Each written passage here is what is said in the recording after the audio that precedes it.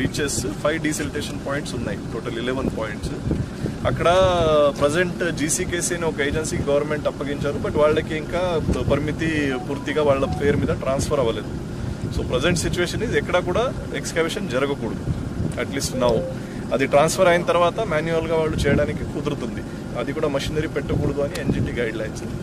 Desiltation పాయింట్లో వాళ్ళ చేయడానికి ప్రాబ్లం లేదు, బట్ వాళ్ళు సిఎఫ్ఓ సిఎఫ్ఈ అమౌంట్ గవర్నమెంట్కి కట్టిన తర్వాత చేసుకోవచ్చు. దానికోసం ఒక డిఎల్ఎస్సి మీటింగ్ ఈరోజు పెట్టుకుంటున్నాము.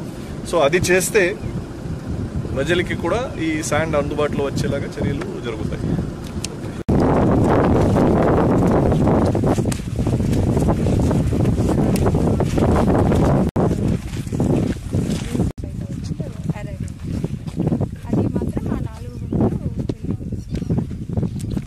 మరి ఈ వెహికల్స్ మీరు పట్టుకోలేమా?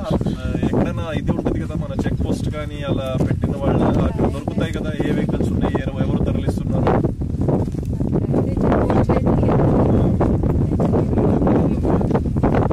ఈ చెక్ పోస్ట్ కాదు, ఇప్పుడు ఇక్కడ నుంచి వెహికల్ వెళ్తున్నగా వాళ్ళు ఎలాగైనా ఏ టౌన్ లో రీచ్ అయినా కూడా మన ఎంసీసీ చెక్ ఏదో ఒక చెక్ పోస్ట్ లో దొరికిపోతారు కదా.